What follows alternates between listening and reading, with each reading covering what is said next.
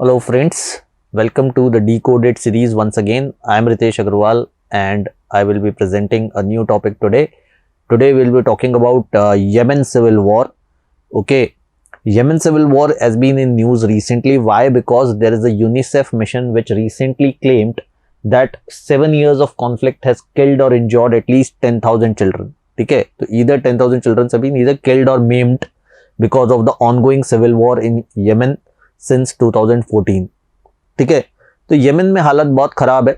But before we talk about Yemen, the civil war, the background, the parties involved and everything, let's first look at कि ये Yemen नाम का देश है कहाँ पर, है ना. For those of you who don't know, so in the middle east you will see here Yemen. You can see the map on the screen. ठीक है, तो आप देखोगे कि यमन जो है वो इट इज बॉर्डर्ड बाय, ये देखो ऊपर की तरफ सऊदी अरेबिया है, इस तरफ ओमान है, यूएई है. ठीक है, तो it's a middle eastern country. ठीक है, गल्फ कंट्री. और यमन जो है वो एक सिविल वॉर के बीच में है. ठीक है, civil war is taking place between two parties primarily and their allies. Two parties primarily, जो उनकी जो रूलिंग रिजाइम है. ठीक है, the current president mister Hadi, ठीक है, Abdrabbuh Mansour Hadi led Yemeni government and the Houthi rebels. ठीक है, तो आप लोगों ने काफी बार पढ़ा होगा इसके बारे में and you might have wondered कि why this crisis is going on for so long. Will try to understand the entire issue in this particular series. ठीक है, तो जैसा मैंने कहा, इश्यू दो पार्टीज के बीच में, हौदी रेबल्स और बिटवीन द हाडी गवर्नमेंट. ठीक है, और they both have their allies.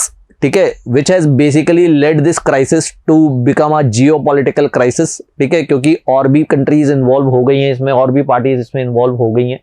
ठीक है, इट ऑल स्टार्टेड इन 2011. देखो, जब अरब स्प्रिंग हुआ और प्रोटेस्ट हुआ तो उस समय यहाँ पर एक जो किंग थे वो थे सालेह, मिस्टर अब्दुल्ला सालेह. ठीक है, and he was forced to resign. और उनके जो डेप्यूटी थे वो थे मिस्टर हाडी, अब्राबू मंसूर हाडी, जिन्हें पोजीशन दी गई. गवर्नमेंट जो है वो उनके अंडर फॉर्म हुई, but he could not control the masses. ठीक है, उनकी गवर्नमेंट में रैम्पेंट करप्शन था. काफ़ी सारे जो प्रोटेस्टिंग फैक्शंस थे उनको वो कंट्रोल कर नहीं पाए. और इसी दौरान गवर्नमेंट जब ये चल रही थी तो एक फैक्शन था जो एक्टिव था, विच वॉज हौथी रेबल्स. अब हौथी रेबल्स कौन से हैं? ये 1990s से इनकी कहानी शुरू होती है. ठीक है, they were also protesting against the Saleh kingdom. ठीक है, तो हाउथीज जो हैं ये एक माइनॉरिटी कम्युनिटी है वहाँ पे, जायदी मुस्लिम्स. ठीक है, which is a Shia community. और ये उसकी प्रोटेक्शन के लिए ग्रुप आते हैं. हाउथी रेबल्स इसलिए कहा जाता है क्योंकि हाउथी करके एक ट्राइब है वहाँ पे जहाँ से ये ओरिजिनेट हुए. तो Houthis are basically an Islamist movement which emerged from Saada in northern Yemen. ठीक है, तो 1990s में नॉर्दर्न यमन से सदाह की जगह से ये ओरिजिनेट होते हैं. इनको अंसार अल्लाह भी कहा जाता है and they have been fighting for Yemen's minority Zaidi Shia Muslim community. ठीक है, जैसा मैंने कहा हाउथी ट्राइब से आते हैं, इसीलिए इनको हाउथी रेबल्स कहा जाता है. तो इन्होंने क्या किया, जब सालेह गवर्नमेंट गई और हाडी गवर्नमेंट आई तो इन्होंने देखा कि हाडी गवर्नमेंट जो है वो बहुत अच्छा से पावर को संभाल नहीं पा रही है. तो इन्हों को एक लूप होल दिखा, इनको एक जगह दिखी और उन्होंने उस जगह को सीज करने की कोशिश की. तो इन सितंबर 2014 basically they launched a full-fledged revolt against this government.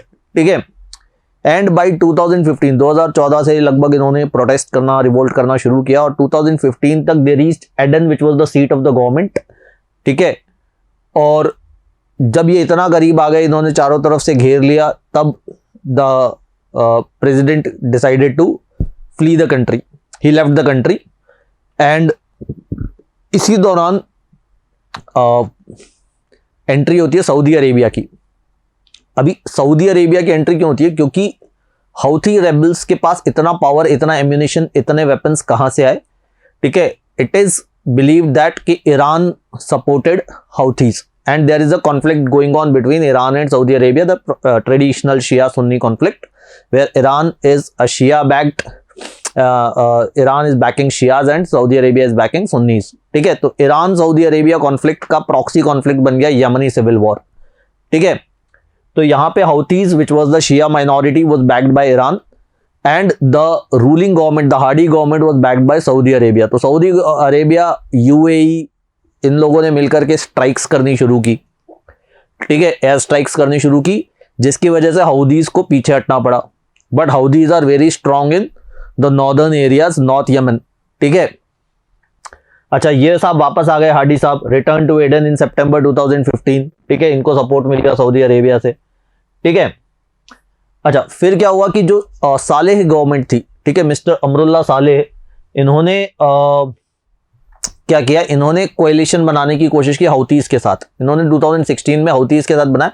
इन्होंने बोला कि यार जो हार्डी गवर्नमेंट है वो तो ऑब्वियसली अपने ऑपोजिशन में, Hadis have taken power from me, let me try and make a coalition with the Houthis. तो इन्होंने 2016 में हाउतीज के साथ कोएलिशन बनाई, but then he himself broke out, इनके बीच में पावर स्ट्रगल हुआ and finally he was killed by the Houthis only, ठीक है, इन 2017।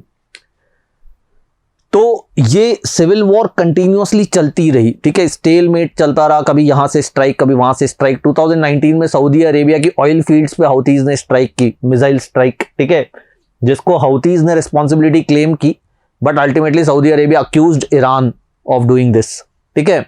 सो this is a broader conflict extending beyond Yemen, that's what I am trying to say, ठीक है। अभी क्या सिचुएशन है, ये तो बात हो गई पास्ट की कि पहले क्या हुआ। अभी ये सिचुएशन है कि Houthi forces are in control of Sanaa and most of northern Yemen. Northern Yemen में इनका पावर है हाउती फोर्सेस का। एडन में जो है हार्डी गवर्नमेंट ने कंट्रोल ले रखा है। और साउथ यमन में अगर आप सदर्न साइड में देखोगे तो ये एक यूएई बैक्ड ग्रुप है, southern transitional council, which is also fighting, ठीक है। तो ऑल अराउंड यमन आग लगी हुई है, ठीक है।